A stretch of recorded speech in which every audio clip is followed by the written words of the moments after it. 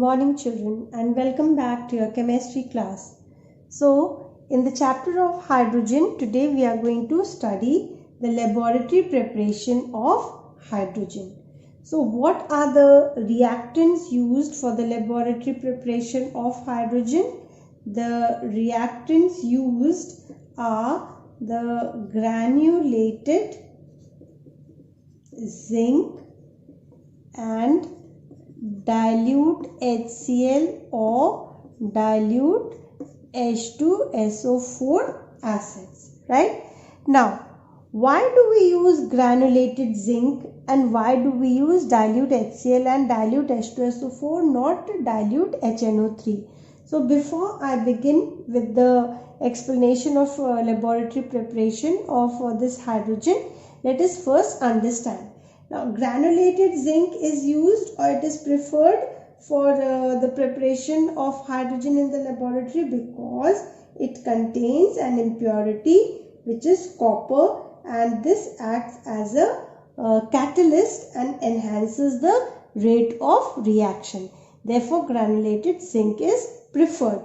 Now, no other metal is used over here. So, what is the reason? Like sodium and potassium, they are violent with the acids, right? Calcium and magnesium, they are expensive. Aluminium, they will form a coating of aluminium oxide. Why? Because aluminium, it has a very strong affinity for oxygen. Clear? So we do not use aluminium also. Now for iron, it has to be heated, thus it will produce impurities like hydrogen sulfide, right, and sulfur dioxide. Lead, it forms a coating of lead chloride or lead sulfate which hinders to proceed the reaction. And all the metals below hydrogen, they do not replace hydrogen from the acids. Therefore, we use granulated zinc. Okay. Now talking about dilute HCl and dilute H2SO4 only. Why not dilute HNO3? Because as I had told you in the previous video that dilute HNO3 is a strong oxidizing agent, right? What does it do? It oxidizes the hydrogen into water and defeats the purpose of collecting hydrogen gas, and it also forms nitric oxide. These two reactions I had explained you in the previous video also. So that is the reason why we do not use dilute HNO3. Now let us go back to our reactants, granulated zinc and we take either HCl or dilute H2SO4. So some small pieces of this granulated zinc, it is placed in the flat bottom flask and it is fitted with an airtight cork, right, with two holes in it. Therefore, from one hole we pass a thistle funnel and which has a long stem, and through the other we pass a long delivery tube that you can see in the figure over here. Now, when we pour this dilute HCl through the thistle funnel, what will happen? The zinc will combine with the dilute acid to form zinc chloride and some effervescence is formed over here. Okay, what did I say? Some effervescence or bubbles were seen. This is the observation. And what can we say? What were those bubbles? They were the hydrogen gas. Okay. If you use dilute sulfuric acid, then zinc combines with dilute sulfuric acid. Here you can balance it. Will form ZnSO4 plus hydrogen gas. Here also, whenever we talk about hydrogen, the observation always be your effervescence or bubbles can be seen. I hope this point is very clear to all of you. Now further, how do we collect this gas? Collection of hydrogen gas. So this is always collected by the downward displacement of water. Now, why are they collected? Why is hydrogen gas collected by the downward displacement of water? There are two reasons. Firstly, it is insoluble in water, right? So, one reason could be it is virtually insoluble in water, right? And second point could be that it forms an explosive mixture with the air, and therefore it cannot be collected by the downward displacement of air, even though it is lighter than the air. Okay, so we can say it forms an explosive mixture with air. So due to these two reasons, we say that we obtain or we collect hydrogen gas by the downward displacement of water. Now, while collecting hydrogen gas by the downward displacement of water, we also obtain certain impurities. What are those impurities that we collect? While collecting hydrogen gas, we even collect those impurities, like for example, hydrogen sulfide, okay, then even sulfur dioxide, even your oxides of nitrogen can be obtained, then even the phosphine, the formula of phosphine is pH3, okay. Then fifth one is arsine, that is AsH3, then carbon dioxide and even water vapor. So these are some of the impurities that are formed while collecting hydrogen gas, right? And next we talk about what is the drying agent used over here. Now see, since this gas is collected over water, that means moisture is present in the gas and we need a dry gas. So how can we obtain a dry gas? By passing that moistened gas through a drying agent.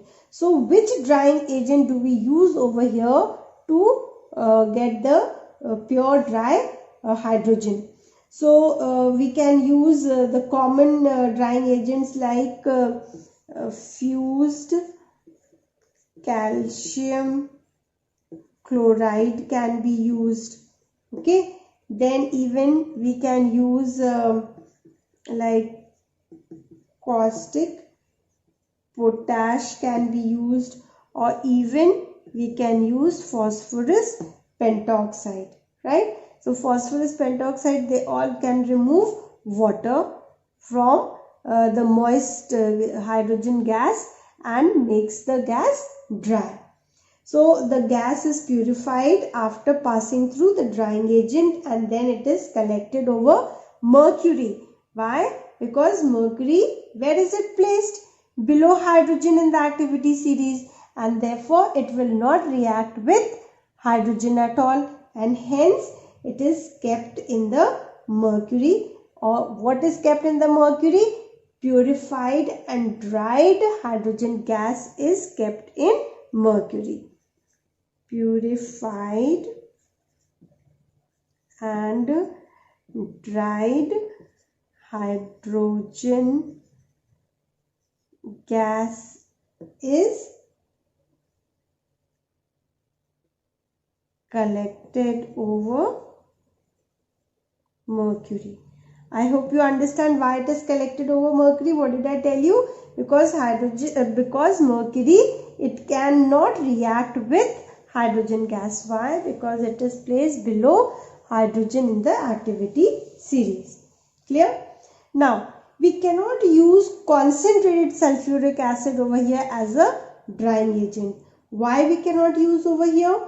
Because it will combine with hydrogen and will defeat the purpose of collecting hydrogen gas. That is, for example, say if we use I'll show it to you over here. So if we use H2SO4 as your drying agent, right, and hydrogen gas is passed through it, do you know it will give us water and sulfur dioxide. So where had we obtained hydrogen? We do not obtain hydrogen. So this defeats the purpose of collecting hydrogen, and therefore sulfuric acid, concentrated sulfuric acid, it is not used. This is a drying agent also.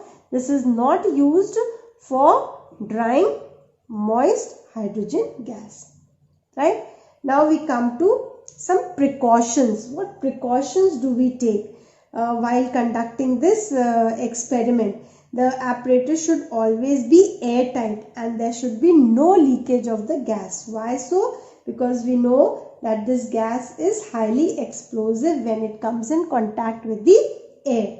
So there should be no flame also around to burn any of the apparatus there. Then this gas should be collected only and only after all the air in the apparatus is escaped, right? And lastly, the end of the thistle funnel, remember, it should always be dipped under the acid. So to prevent the gas not from escaping through the thistle funnel, because if it passes through the thistle funnel, then explosion may take place. Okay, and the last part for today, let's talk about the test for hydrogen. Okay, so only two things that we need to learn over here. Firstly, that hydrogen is combustible, but it does not support combustion. Highly combustible but does not support combustion. Okay, and the second point, it burns slightly in the air, or we may say in the presence of oxygen with a pale blue flame, right, forming water,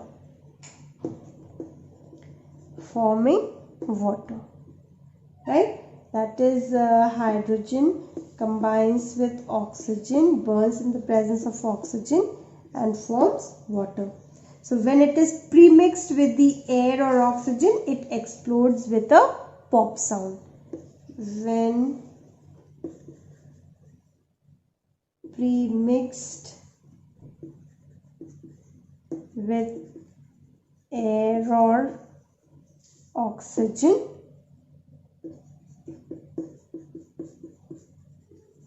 it explodes with a pop sound. Okay, so that's all for today. In the next video, we shall talk about the manufacture of hydrogen. Today we were only discussing about the laboratory preparation of hydrogen. Thank you.